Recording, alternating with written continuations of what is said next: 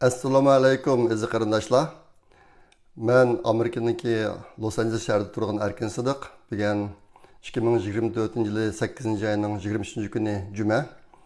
2 haftada bir qatim qildigan naq maydonga chiqishim. Yaqin men shanba kuni chiqayotgan. Bugun hozir bizim yerda juma kuni kashf bo'ldi. Kashf ishdan tushadigan vaqt bo'ldi. Әті ішім шығып қалды, әті қыламайылған болып қалып, шуңа бүгін адаттыкеден бір күн балдыр қылдыған болдым. Бүгін сөйлейдіған төрт мәзмұн бар. Онеки біріншісі Қытай башлығы Жаллат Ши Цзиньпин ақыда. Қарыңлады ба 7-ci ayın 15-ci gündən başlap Xitay Компартия Mərkəzi Komitetinin 20-ci qurultayının 3-cü umum yığını açılған. Жығын әтіліп, 2 күндәк болған вақтыда Ши Цзиньпин деген жаллат юқап кетті. Жығынды юқап кетті. Кейін жығыныки епіліш мұрасымыда бұл yok. Шоңа епіліш мұрасымыны қабар қағанда Қытайдaki телевизорлар. Ечіліш мұрасымыны көрініштеріне бәді Ши Цзиньпин деген жаллат yok. Бұл шу юқығанша юқап кеткен. Таки еқін қадар. Ұтығырлық әрхіл геплер чықты. Mesela şu yığın jarayonida 12 meni qon tomiri yerilish kesilib qo'zg'alib yiqil tushibdi yig'inda shu yig'in maydonidan chiqibdi degan gaplar bo'lindi. Keyin Xitoyda siyosiy o'zgarish bo'lgan bo'lishi mumkin degan gaplar bo'lindi.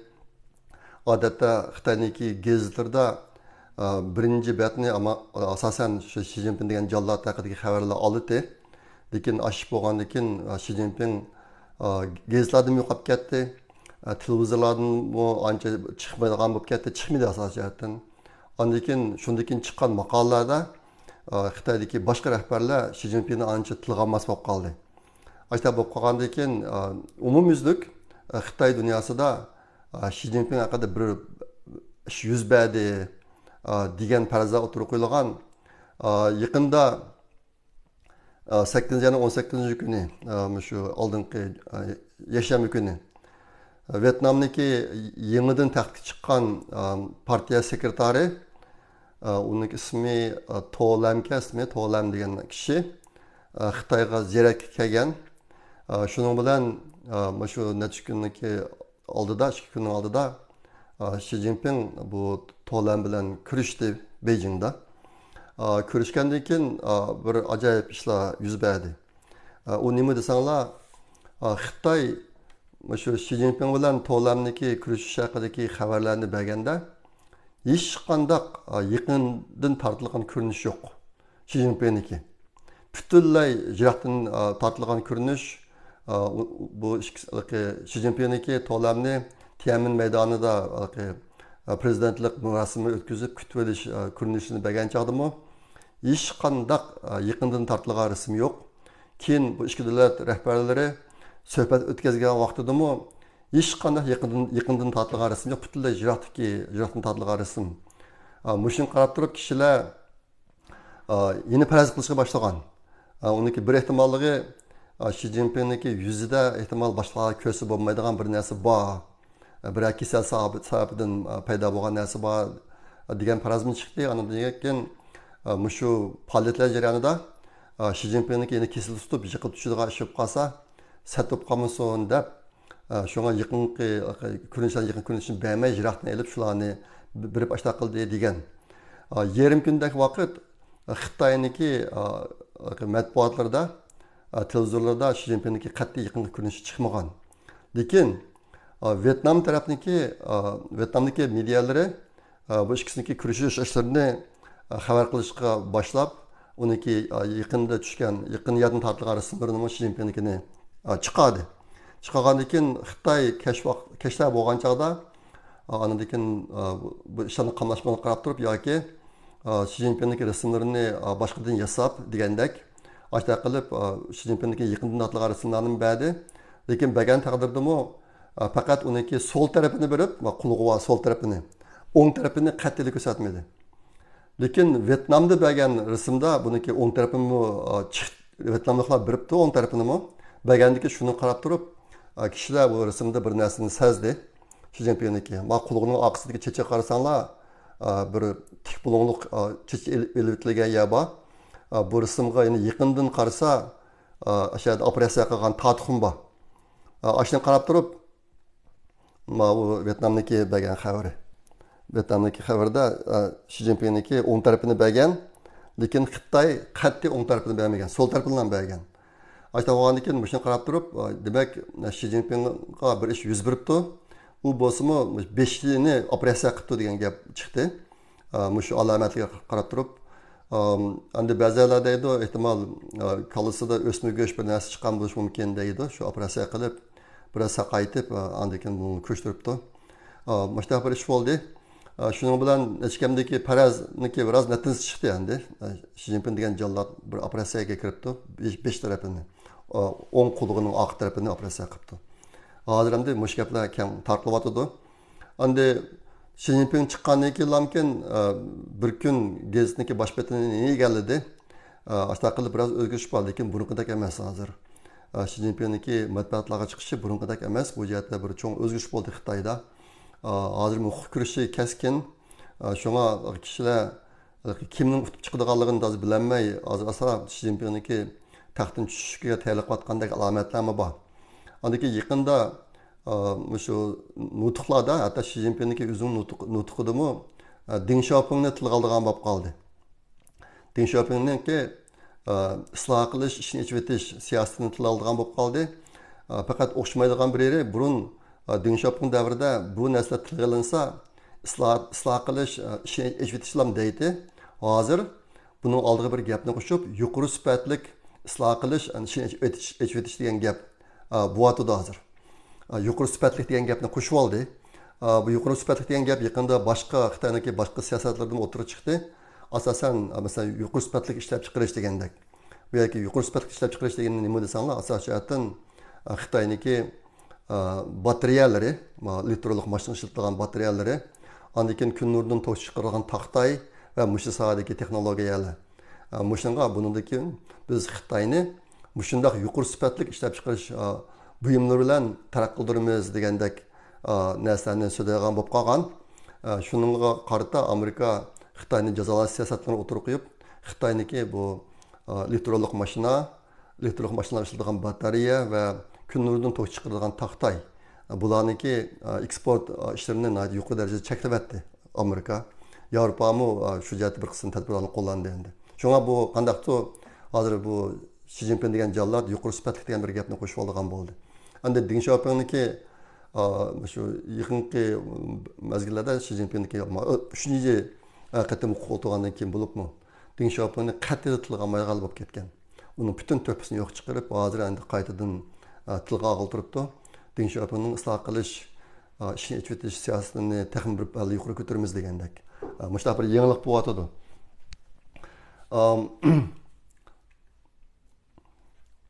Ondan keyin Xitoy bilan munosabatlik ikkinchi cho'ng xabar 8-21 kuni bir kun Xitoyniki Zungnisi boshbaqoni Li Chang Moskvani ziyorat qilgani borgan.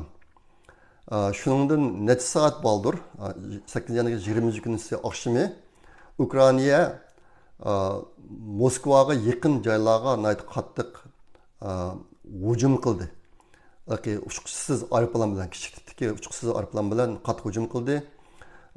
U ya'niki u Kremlinniki janubiy tarafga to'g'ri kelgan bir shahar ekan, Moskva bilan bo'lgan oralig'i 38 kilometr. Moskvaga 38 kilometr qolgan yergacha berib, uçqusiz aeroplan bilan bombardimon qildi u yani. Shunga Li Chang Moskvaga qo'ngan vaqtida Ukrainaniki uçqusiz aeroplanlari yine Moskvaning atrofini bombardimon qilayotgan vaqt to'g'ri keldi. Amaliyotda u chaqda bu bombardimon qilishni kuchaytirdi bular.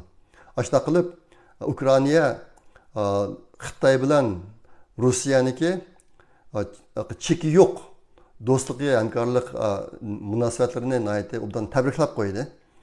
Ashta bir ish bo'ldi. Ondan keyin shuning bilan birga tunugilardan Moskvaniki elektronik tok yo'llarida chataq chiqib, Moskvani biraz issiq qoplab ketibdi. Tok yo'llarida kuyib ketish ahvollari yuz berdimi, issiq qoplab ketibdi. U Ukrainaniki hujumidan emas, ammo boshqa voqealarni chiqibdi u yerda. Hozir endi xabar deydi, Rossiyani yolg'iz qoldirg'ili qarab Amerikaga uzun bo'ldi. Ularniki uskuni yenglash ishlari butunlay to'xtab qolgani uchun tok chiqiradigan, tokni yo'llaydigan uskunlarida chatoq chiqyotdi degan gaplar o'tirib chiqdi. Hozir Ukrainaniki Rossiyaga hujum qilayotganda hujum qilishda ishlatayotgan uçqusiz aeroplanlari drone deydi inglizcha. Buniki ko'pincha qismini Xitoylar chiqargan ekan. Xitoylar bir tarafdan Rossiyaga biz sizlar bilan shartsiz do'st, mangu hamkorlashimiz deb turib, yana bir tarafdan Ukrainaga intayin ko'p uçqusiz aeroplanlarni chiqaribdi. Şuna Ukrayna şu aeroplanlarni ishlatib hozir Rossiyaga hujum qilib turibdi.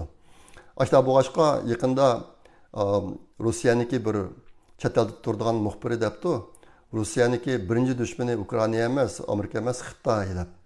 Amaliyotda ular bizga yuzda yeyib do'st degan ular oqimizni pichoq sevatdi degan gaplarni qilibdi. Ondan keyin Ukrainani ishlatayotgan ikkinchi drone uçqusiz aeroplanlarniki yana bir qismi Turkiyadan kelibdi hozir. Bu Xitoy bilan Turkiya har ikkisi aslida Rossiyaniki yaqin do'stlari, eng yaqin do'sti. Aşağı turib hozir bir tarafdan yuzlarni do'stlab turib, oqisidan pichoq so'ratgan ishlar yuz berib turibdi. Bu bir xalqaro siyosiy sahnadagi bir cho'ng o'zgarish deb qaralyapti hozir. Endi ehtimol bir qism qarindoshlar biroz hayron qilayotgan bo'lishi mumkin. Ukraina nima uchun Rossiyaniki ichiga hujum qilib kirdi deb. Hozir qilcha yana evaldi bular. Rossiyaniki bir o'lkasini ep bo'ldi bular. 1000 kilometr keladigan uzunlikdagi joylarni. Bu nimadan bo'lyapti desanglar, necha oyning oldida Trumpniki degan bir gapi bor. U deydi, agar men prezident bo'lsam, Ukraina Rossiya urushini bir kunda ham oxirlashtirib o'taman deb. Bir yerdasha deganda muxbirlar so'radi, sen uni qanday qilsan desa, men Ukrainaga deyman. Yeringdagi Rossiyada besib olgan bir qismidan voz kechib urushni to'xtat. Unda qilmasang, sana beradigan yordamni butunlay to'xtataman deyman. Anadan keyin Rossiyaga berib, Putinga sen urushni darhol to'xtat. Agar to'xtatmasang, men Ukrainaga Amerikaniki eng isil, eng zamonaviy harbiy qurollarni beraman. Seni birdamda urushtirib o'tadi deb başa deyman. Shuning hech ikkisi nimaga suylik qilish ustiga kelib urushni to'xtatdi deb shuna degan. Endi bu bakalaqi g'oyiblashtirigan bir xil faraz endi. Uni rost qilamamdi u aniq emas. Lekin hozir analizchilarniki qarashicha Ukrainaniki Rossiyaga hujum qilib kirishining sababi Trumpningki shu gapi deb qaralyapti. Nimishqa desanglar, hozir Ukraina Rossiyaniki bir qism yerini egallab olsa, keyin Trump prezident bo'lib qolib, yana obatin degandek ashtaq bir siyosatni qo'llamayman deb qolsa, Ukraina Rossiya hozir egallab olgan yerini bermay, Rossiyaniki Ukraina egallab olgan yerini qaytarib berib iziga. Shu orqali urushni to'xtatadiganga ashtaq bir ko'zir tayyorlayapti degan farazlar bor. Shunga bu qatim Ukrainaniki Rossiyaga hujum qilib kirishga asos sababi shu deb qaralyapti. Analizlar shu deb qarayapti. Endi mush ishlar bilan munosabatlik, Xitoy bilan munosabatlik yana bir cho'ng xabar 2 kun bo'ldi buning chiqqili. Xitoyniki shu Amerikada, New Yorkda turishliq bir demokratchi faoliyatchisi, donliq faoliyatchisi Tang Yuanjun degan bir odam qo'lga olindi FBI tarafidan. Qo'lga olindi. Bu odam shu Xitoy demokratik faoliyatchilari ichida o'rni intayin muhim 3 cho'ng tashkilotda muavin raislikdek vazifa o'tayotgan bir kishi ekan. Bu kishi ayni vaqtda 89-yildagi Tiananmen harakatida shu harakatlarga riyosatchilik qilgan, rahbarlik qilgan kishilarning birisi. Masalan, Wang Juntao, Urkash degan kishilar bilan birga riyosatchilik qilgan kishi keyin Xitoylar buni tutib ekan, boshqalar bilan qo'shib tutib olib, bu Tang Yuanjunni 20 yillik kesib etibdi turmaga. 20 yillik kesib etib, keyin 20 turmada 8 yil yotgandan keyin shu chog'dagi Amerikaning besim ishiltishi bu ishlar sababidan uni qo'yib turmadan. Qo'yib bergandan keyin qo'yib bergandan keyin bu shu 8 yil turmay etib qaytib chiqqandan keyin Xitoyniki Fujian o'lkasi dengiz bo'yiga berib, ashada suv uzib, Tayvanga tava bir kichik orol bor. Jinmin deb ataydi, Jinmin Cho'g'damda o'sha deb ataydi, Jinmin deb. Bu orol Xitoyniki Fujian o'lkasiniki dengiz qirg'og'iga 10 kilometrda keldi ekan, lekin Tayvanga 110 kilometrda keldi ekan. Xitoyga bak yaqin bu ya.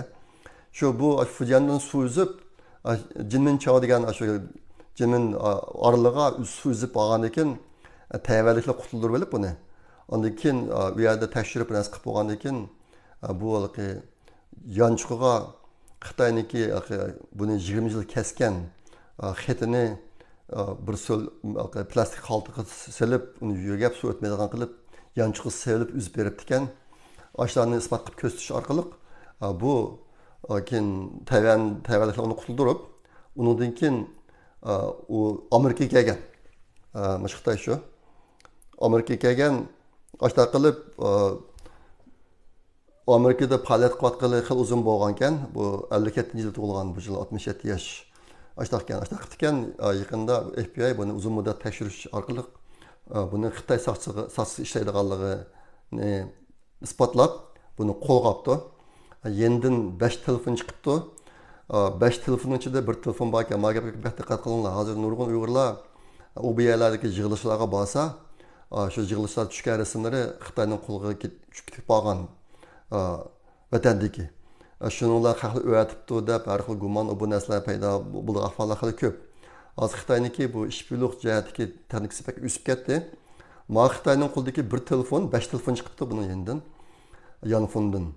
Uning ichidagi bir telefon agar sizdan paran chiqqan parangni olsa yoki videoga olsa yoki rasmga tassa, bu o'zi mangdamasimi shu vaqtda uzidilarkan bu narsalar Xitoyga ketadi ekan, Xitoy soqchisiga ketadi ekan.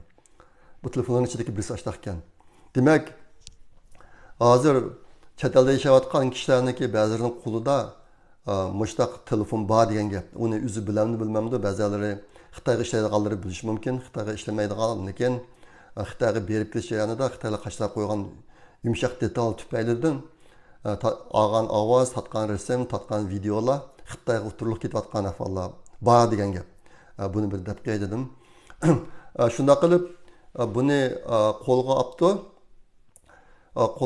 Hozir endi Xitoy demokratlarining ichida shu eng yuqori o'rinda turadigan 10 odamdan ichidagi qo'lga ilingan ikkinchi odam bo'pti bu Tang Yanjun degan Xitoy. Undan burun 2022-yil 5-oyda Wang Shujun degan bir Xitoyman qo'lga ilinibdi ekan Amerikada. U Xitoy soqchiligi ishlaydigan ekan. Bu Tang Yanjun degan Xitoy 2018-yili tuqqan yo'qlab Xitoyga beribdi ekan. Opsi kasal bo'lib qolib, shu biroz xatar ostida qolgan vaqtlar ekan.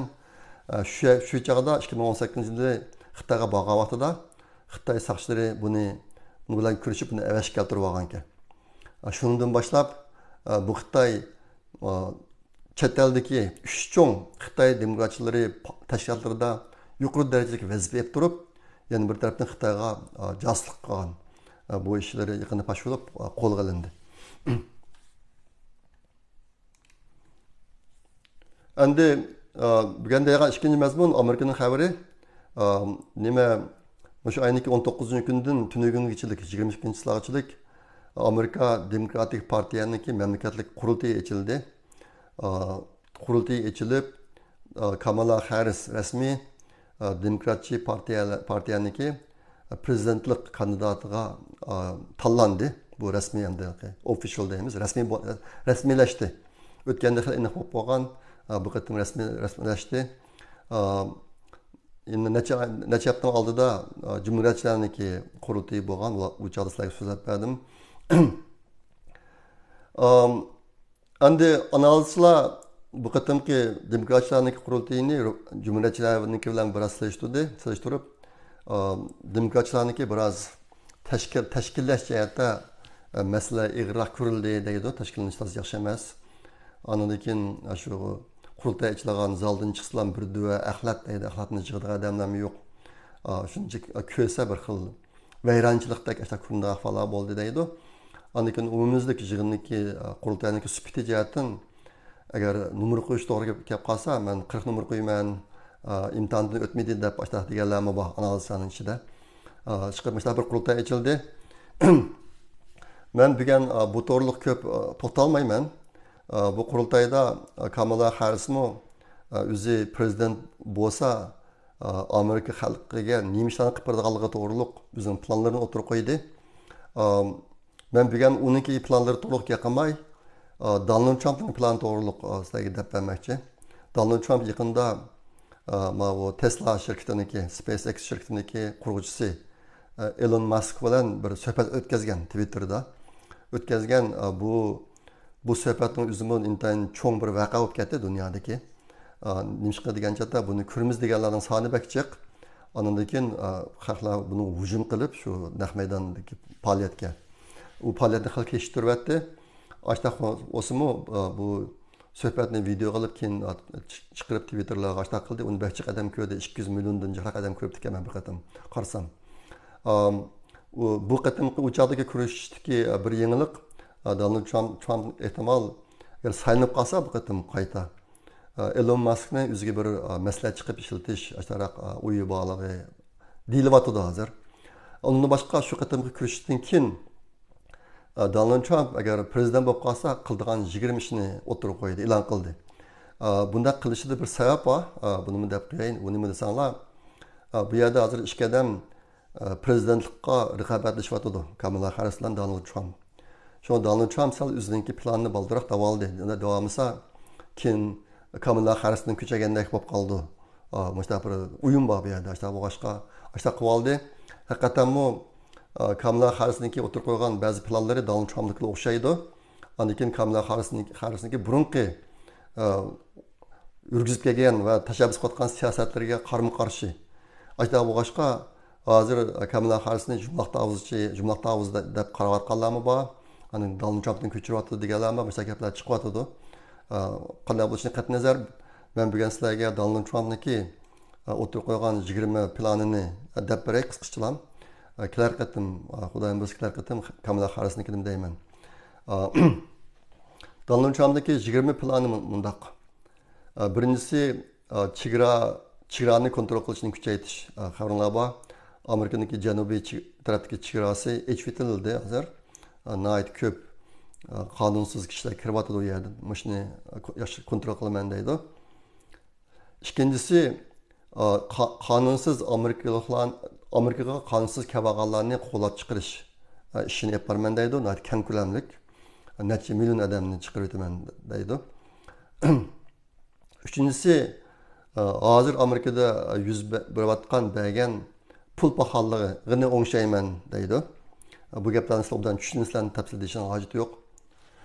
To'rtinchisi dunyodagi energiya ishlab chiqarish ishida Amerikaning boshlang'ich rolini asliga keltiraman deydi. Amerikada tabiiy neft, tabiiy gaz intayin ko'p. Amaliyotda Amerikadagi saqlanayotgan, yarasi saqlanayotgan boylik dunyo bo'yicha birinchi o'rinda turdi. Mening bilishimcha, buni Trump chiqqandan keyin bularni qizishlikqa boshlagan. Boshqa bu energiya Amerikaning o'ziga yetib, chet elga eksport qiladigan bo'lib ketgan. Shuningdek, mayning bahosi intayin tushib, mayning bahosi tushganligi uchun mol bahosi tushib, kishilarniki mol bahosi tuvan, qarzagan pullarniki o'simi intayin tuvan bo'lib ketgan. Lekin keyin Biden chiqqandan keyin Amerikaniki energiya ishlab chiqarish ishlarini butunlay to'xtatdi. To'xtatib, shuni mayni sirtini kirib, o'zinikini chiqarmay, qolgandan keyin mayning bahosi o'sib ketib, shuning bilan birsi mayning bahosi o'sib ketishiga sabab, ikkinchisi Amerika hukumati intayin ko'p pul taqib kishilarga. Mushuk sabab bilan pul pahalligiga kelib chiqdi. Buning dardini hozirni tortyapmiz. Endi mana bu Trumpning deyotgan 4-narsasi Amerikaniki dunyodagi energiya ishlab chiqarishga boshlang'ich o'rnini asliga keltiraman deydi. 5-si Amerikaniki ishlab chiqarish zavodlarini asliga keltiraman deydi. Xabarlarda bor, hozir Xitoy dunyoniki zavodi nurg'un narsalar Xitoyda ishlab chiqaradi. Trumpning plani Amerikaga lozimatli narsalarni ishlab chiqarishni Amerikaning o'zida qilish, Xitoydagi shirkatlarni yandirib kelish. Andan keyin 6-si ishchilarniki ishchilarniki kirim bejini azaytish. Bu tushunish gap, buni ko'p demayman. Yettinchisi Amerikaniki asosiy qonun bo'yicha ish qilishni asli keltirish. Buning ichida so'z erkinligi, diniy erkinlik, andikin qurol saqlash erkinligi, mushu jihatdagi erkinliklarni asli keltirish. Bu gaplarning o'tirib chiqishi yaqinqi yillarda Amerikada so'z erkinligi biroz bo'g'ildi. Masalan, shu YouTube chiqarganlarniki bir qism gaplarni chiqarsalarki, ularniki programlarni cheklab qo'ydi masalan. Ondan Amerikadagi qurolni cheklaymiz degan gaplarni qilib chiqirliq demokratchilar bu gaplarni o'tirib chiqaryapti. Donald Trumpning deyotgan gapi shuni qarta deyilgan gap. 8-si dunyoviy muqimlikni kuchaytirish, ilgari surish. Buni dedi. Bu abstrakt gap, ko'p to'xtalmayman. Ondan 9-si hukumatning huquqni dafsanda qilish ishlarini to'xtatish. Bu yaqinqi vaqtlarda Amerikada hukumatni puhralarga qarta ishlatadigan bir qurol qilib olgan ahvollar bor. Mushni to'xtaman deydi. Buniki bir misolda Trump o'zi endi. Trumpniki ustidan qilinib ketgan azlar nurg'un ahvollar yuz berdi. Ondan 10-si jinoiy ishlar va zaharlik chekimlik to'shish ishlarini to'saman deb deydi. Bu tushunishlik. Buningdagi zaharlik chekimlik deganda zaharlik dorilar bor, masalan Xitoydan kelgan fentanyl degan dori. Buni Amerika zot to'samadi. Hozir yaqinqi ba'zi mo'ljallarda Amerikada yiliga 100 mingdak yosh bola o'lib ketib bordi shu fentanyl degan Xitoydan kirgan dorining tufaylidan. O'ylab qo'yinglar, yiliga 100 ming odam o'ldi degan gap 18 yoshdan yuqori yoshlar. Yilga 100 mingdak askar o'ldi degan bilan o'xshash. Gerçi Xitoy qurolli urush qilmasimi, mush dori bilan Amerikaniki o'smirlarni intayin ko'p sonda o'ldirib bordi hajlasa.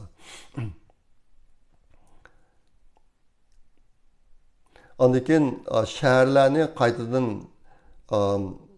yangilash, bo'libmi Washington DC qatorliq shaharlarniki bexatarligini ve güzelliğini esas keltirish. Hozir Amerikaning cho'ng shaharlarida intayin ig'ir masala bexatarlik jihatda. Shuni esas keltirish. 12-si Amerika armiyasini kuchaytirish, davlat mudofaasini kuchaytirish. 13-si Amerika dollariniki salohiyatini saqlash. Bu tushunishlik hozir dollarga xiris qilayotganlar bor. Masalan, Rossiyami xiris qilib baqdi, Xitoymi xiris qilib baqdi. Dollar orqali emas, Xitoyniki yuan, Rossiyaniki rubli, ashtax narsalardan savdo qilamiz deb o'zaro ashtax savdo qilayotgan ahvollarimiz jiq. Bu bo'libmi Rossiya va Xitoyning o'tirsida. Bu ikkisini o'tirsida mana shu pul savdo siyosatimi cho'ng majro bor. Men bilgan bu to'xtalmayman, lekin bu ikkisi o'zining puli bilan savdo qilishib yurib, hozir bir qism ig'ir masalaga duch keldi. 14-si Amerikaniki ijtimoiy bexatarlik va davolash işlerini qo'g'dash. Bu Amerikaga qaraq tavan narsa, bu to'liq ko'p to'xtalmayman. Ondan 15-si mashina haqida chiqarilgan belgilanmalarni qaytadan ratlab chiqish. Bu nima desanglar, hozir demokratchilar keyingi 10 yilmi boshtaroq vaqtdan keyin shu neft, gaz bilan, benzin bilan mangadigan mashinalarni butunlay amaldan qoldiramiz degan ashtaq bir nishoni var. Donald Trump bununla qarshi müştiyatdagi siyosatlarni qaytadan o'zgartiraman deydi. Elektrollik mashina yaxshi, agar hamadan elektrollik mashina desa. Lekin bu hamma boshliqni to'ldirolmaydi ekan. Hozir nurg'un masalalar kelib chiqyapti bu jihatda. Masalan, shu mashinalarga to'qashlaydigan nimalar station deydi, punktlar. Punktlarni birisini yasash $1 milliard mi ashta bak qimmat to'xtaydi ekan. Mashinaning o'zimi qimmat ish qilib, bu ishlar oson emas ekan aslida o'ylagandek. Mashinadan chuqur hozirgi demokrat partiyalarniki plandek bu ishni qilaman desa, Amerikaniki davlat beshi, davlat qarzi shiddat bilan eshib ketadi ekan. Hozir bak eshib ketdi. Hozir Amerikaniki davlat qarzi 32 trilyon dolardan aşıdı. Amerika hükümetindeki şu üzünün üstündeki qarzga to'laydigan yillik o'simining o'zilam 1 trilyon dolardan aşıdı. Hazır acayip bir holatda yashayotdi Amerika. Şuna maaşlar Amerika'nın qarzini texmin ko'paytirdi ekan.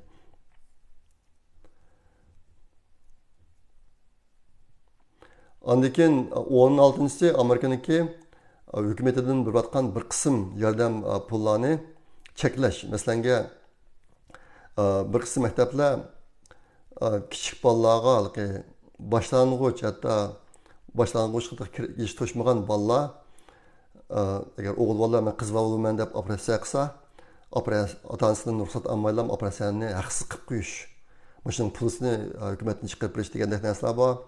Andan keyin hozir boshlang'ichdan tortiblam mushtaqiligi o'g'il qizga o'zgaradigan, qiz o'g'ilga o'zgaradigan, shu qiz o'g'illarniki farqi, musharki ishlarda intayin qalaymiqan narsalar kirib ketdi maktabga. Mushlarni rad salaman deydi. 17-si sport musobaqalarida adil bo'lish. Bo'libmi erlar ayollarning musobaqaga qatnashib olgan ishlarni cheklash. Mushlar ishlar. Andan 18-si Amerika'nınki oliy maktablarida o'tirib chiqqan radikal ideya tashviqotlarni cheklash. Bu to'g'riliq ekan.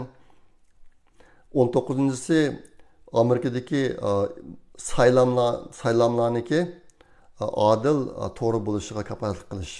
Mushlar ishlar. 20-si bu abstrakt bütün Amerika'ni birlikka keltirib ittifoqlashtirib bir yeni seviyedeki muvaffaqiyat ve ilgirlashni qo'lga keltirish bu 20-si. Shu Trumpni o'tirib qo'ygan 20 siyosatimiz shu. Xudoyim bilsa men kelar qatim Kamala Harrisniki deganlarini qisqacha tushuntirib qo'yaman. Trump to'liq deydiganlarimiz shu. Endi bugun so'raydigan 3-mazmun Uyg'urlar xabari. Hozir bek cho'ng o'zgarish bo'lib ketdi vatanda. Ürümçi'de bu bek çok özgürlük болып кетіпті. Ben yakın gelgen ahval nemi desanglar. Hazır Uygurlar, başka yurttaki Uygurlar Ürümçi'den öye alsa, olağa Ürümçi'de turuş ruhsatı verildi ekan olağa.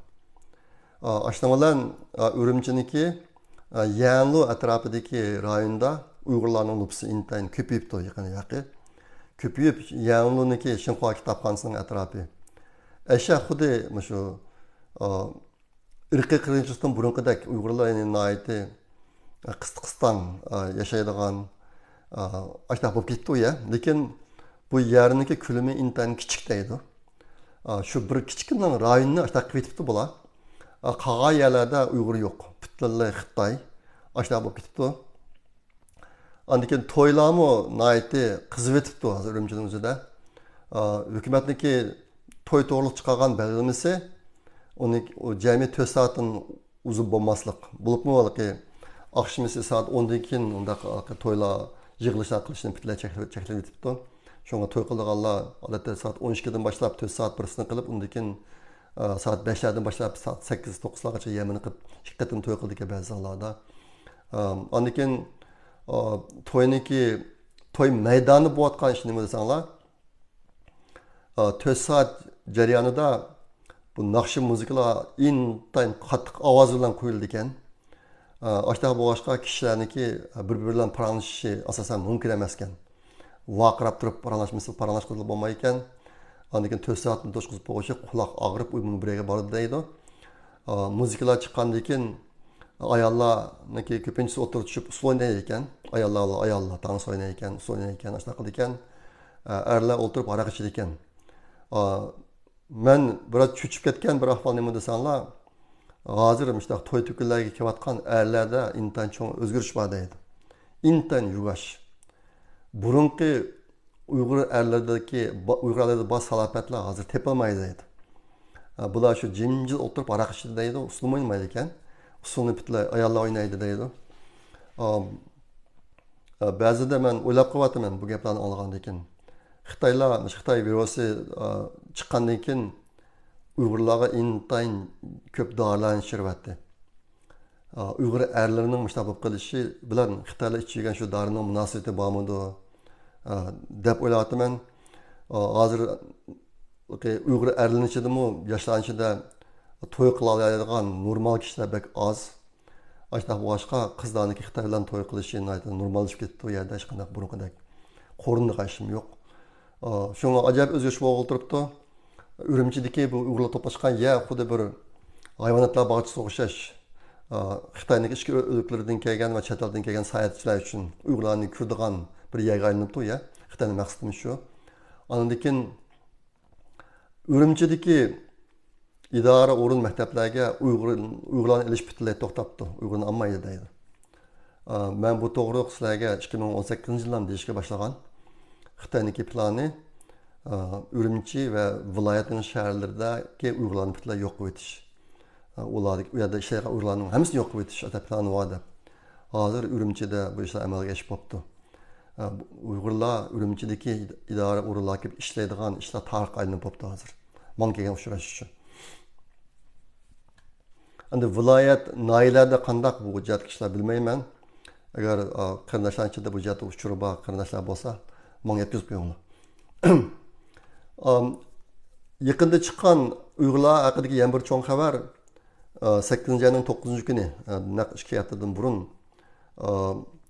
Al Jazeera televizorniki inglizcha programmasiniki bir boshqaruvchisi bor, Mahdi Hasan deb. Men Mahdi Hasanni sizlarga tunishtirgan xili ko'p yillarning oldida. Mahdi Hasan bir qatim shu vaqtdagi Angliyaniki bosh ministri Tony Blair bilan bir o'tkazgan munozirasi bor. Oxford universitetida. Ikkisi munozira qilishib, bu Mahdi Hasan Tony Blairni yengib olgan shu chaqda. Men bu ishlarni bir maqola qilib yozib e'lon qilgan, o to'rlarda bor, men kitobimda bor bu. Shu Mahdi Hasan shu. Bu Mahdi Hasan o'zi Ironlik Shia, meniki bilishim Shia musulmonlardan. Nayt qobiliyat bor odam, Oxfordni bitirgan, doktorlik unvoni bor. Hozir bu shu televizor programmasiniki boshqaruvchisi bo'lib qilyotdi. 2018-yili bu kishi Victor Gao degan bir Xitoyniki bir Beijingdagi bir markaziy aql ombiriniki muavin boshlig'i bir Xitoy bor, Victor Gao degan. Bu Xitoy ayni vaqtda Deng Xiaoping Amerikaga kelgancha tarjimalik qilgan Xitoy. Yale'da PhD, Yale'da doktorlik unvoni olgan bir Xitoy.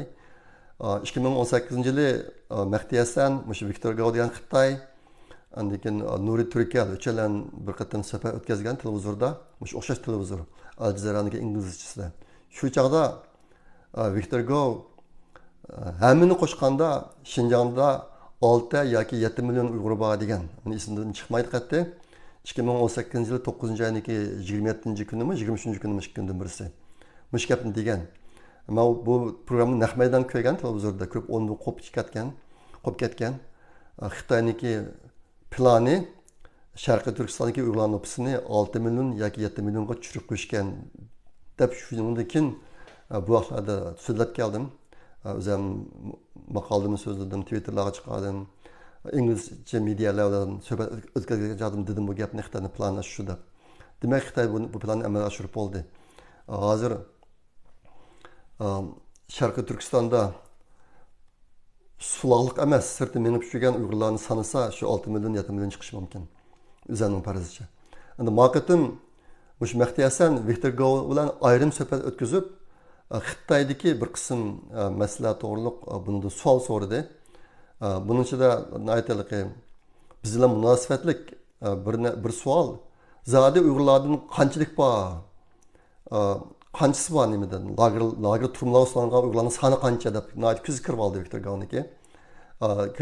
20 million mu desa, yo'q. Unda emas deganda unda qancha? Unda qancha desa men bilmayman. Unda 20 millionning emasligini qanday bilasan deb boshqa qilib yurib nayt qiynadi bu Xitoyni. Shu maydonning o'zida. Andan keyin yaqinda Xitoyniki yuqori darajalik davlat rahbarlarining yo'qolib ketish ahvoli. Mush to'g'riliqni aytib qattiq savollarni so'radi. Shu ikkisining suhbati tugab bo'lgandan keyin savol javoblarni bo'lindi. Shu chaqda bizningki Londonda turadigan qarindoshimiz, mening do'stim Ezeysa Victor Gao'dan bir savol so'radi. Men Angliyada turadigan Uyg'ur Mening faqat opam bilan bir telefonda so'zlashish orzuyim bor. 82 yoshga kirgan opam bilan men nima kuch demaysizlar telefonda deb mush bir savol orqali Viktor Goni intayin o'sal ahvolga qo'ydi shu maydonning o'zida. Bu qitimqi televiziya suhbati nihoyatda cho'ng xabar bo'lib ketdi. Mayli İngilizce media olsun, mayli Xitoyning mediasi olsun, bak cho'ng taqilib ketdi bu ish. Cho'ng xabar bo'lib ketdi. Shunga bu to'g'riliq sizlarga bir deb qo'ydim. Bu to'g'ri uyg'urcha xabarlarni ko'rishlar qilib bor. Bugun to'xtalgan 4-mazmun Uyg'ur Project fondiniki ishi to'liq qisqacha to'xtalay. Yaqinda Avstraliyadagi Salima Kamal apay yozgan bir kitob, Uyg'ur chapayib kim degan kitob Dunyo Uyg'ur yozuvchilar birlashmasiniki bu yillik mukofotiga erishdi. Muborak bo'lsin. Bu kitob hozir nashr qilinyapti. Nashr qilish haqini biz chiqarib berdik Uyg'ur Project fondidan. Xudoyim bo'lsa, bu kitob kelar oyda Istanbulda sotiladi, kitobxonalarga silinishi mumkin. Azam bahoda. Asosan chiqib to'ltilish uchun mumkin. Bu deb o'ylayman. U kirim bizga kirmaydi, lekin boshqa chiqimlarini to'ltilish uchun boshqa ish bo'lmoqchi. Bu bir xabar. Ondan keyin 8 yangi 12 kuni Uyg'ur Project fondi chiqarayotgan Uyg'urlar degan tor jurnalniki 53-soni to'g'ri chiqarildi. Uni o'qib beqinglar, mazmuni intayin mo'l. Ondan keyin tarqatib qo'yinglar. 7-yangi 30-kuni 52-soni to'g'ri chiqarilgan. Bu ikki son haqiqatan to'g'ri chiqdi. Undan foydalaninglar. Ondan keyin kelar oyda İstanbul'da 20 degan faoliyatimiz var. Uyg'ur Project fondi urashtirayotgan. Mushu faoliyatga ishga o'rin yordam qildi iqtisodiy jihatdan. Uniki birisi Shimoliy Kaliforniya Uyg'ur madaniyat uyushmasi. Bu Shimoliy Kaliforniya San Fransisko rayonidagi bir Uyg'urlarning tashkiloti. Yana birisi Uyg'ur fondi. Bu yerda Uyg'ur fondi degan gap bilan Uyg'ur Project fondi ikkisi nihoyat yaqin, ammo ikkisi farqli. Buni informatsiya qo'yay. Uyg'ur Project fondi degani men bor tashkilot fondi shu. Uyg'ur fondi degani yan bir tashkilot. Bu Shimoliy Kaliforniyada bu Uyg'ur fondimi bizga yordam qildi boshqa faoliyat uchun. Men bu ishga o'ringa chin ko'ngildan rahmat aytaman.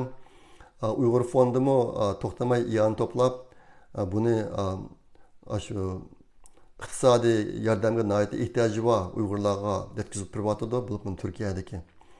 Shunga bu o'ringa qo'linglardan kelsa yordam qilib qo'ysanglar bo'ladi. Ondan keyin İstanbul'da 20 degan bu faoliyat uchun biz yanılamkin yordamga ehtiyojliq. Bu yordamlarni biz intayin qat'iy qashmasak bo'lmaydigan qashlaymiz. Masalan, bu qadimgi liseyaga boshqa davlatlardan kelib so'zlaydigan qarindoshlar hammasi aeroplan biletini o'zi oladi, biz aeroplan bilet yapamaymiz. Endi Turkiyaning sirtidan kelib İstanbulga liseya so'zlaydigan qarindoshlarniki bir qancha oqshomlik yotdig'ini yapamoqchi, yotoqlarni azon yerdan yapamoqchi. Ashta qilamiz, pullarni intayin tejab qashlaymiz. O'tgan yil biz $3000 chiqim qilganmiz faoliyat uchun. Bu yil undan sal ko'proq bo'ldi. Lekin albatta men degandek qanday aeroplan bilet oldigan ishlar qashlamaymiz buni. Faqat qashlamasiz bo'lmaydigan ishlarga shu leksiya bo'lgan kunlari non pechina, ondan keyin suv degan narsalarni yapamoqchi, kelganlarning tushtamini yapamoqchi. Ondan keyin bostirayotgan kitob bor. Davra biz degan kitobni bostiryapmiz, uni maqsad taqdimiz, mushtaishlarga ketgan pul endi. Agar bunga yordam qilsanglar, xohlasanglar isminglarni kitobniki bosh betiga kirgizamiz. Ondan keyin kitobniki muqaddimasidami sizlarga alohida rahmat aytamiz yordam berganlarga. Agar xohlaydiganlar bo'lsa, men bilan aloqalashinglar. Ondan keyin bu qatimki İstanbulda 21 liseya degan faoliyatniki birinchi kuni tushdan burun kelgan qarindoshlarga 4 kitob haqsiz tarqatiladi. Uning birinchisi Davr va biz degan kitob. Bu hozir tayyorlayapmiz, yaqinda chiqadi nashrdan. Yana 3 kitob bor. Bu 3 kitobni Kanadadagi singlimiz Gulshan Abduqodir yozgan. Uniki birisi yangi, Vatanga vizam yo'q degan kitob, yangi kitob. Qolgan ikkisi o'tgan yil besilgan biroz. Don Quixote va Sancho Pansa Uygurlar degan kitap birisi, yana birisi 5 fevral arxivlari degan kitap. Bu üç kitaptan fakat %'ını bastırmakçı. Aşağı bu başka meniki farzimce 21 sentabr tushdan burun tugab ketishi mumkin. Agar imkoniyati bor qilinmasa shu joyga kelsanglar buni sizlarga haqsiz taqib beramiz. Bu üç kitapniki nashr qilish chiqiminiki yerimini singlimiz Gulshan Uzzi chiqaryapti, yerimini biz chiqarib bermoqchi Uyg'ur Project fondidan. Mustaq isli odamlarimiz bor. Vaqtini, zehnini chiqarib kitap yozadigan, anikin o'zining puli bilan bostiradigan, anikin boshqalarga haqsiz taqib beradigan ajoyib ishlar, ajoyib qarindoshlarimiz bor. Şuna bunu bir tilgap qeyledim. Buludu, bugün dediğin mazmun şu, bu iki haftanın içinde haber bek çıkamaz. Şuna ben bek uzak söz atmadım bugünkü videonu. Xudayam bo'lsa kelar qitimliq videoda 21 ve 22 sentabr kunlari İstanbul'da açılgan İstanbul'da 20 degan faoliyatniki texmi ko'p konkret uchurlarini yetkazman sizlarga. O'rni qatorliq ham narsalarni shu joyda anlasanglar bo'ladi. Ma'qul amsa, kelar qitim ko'rishga aman bo'linglar.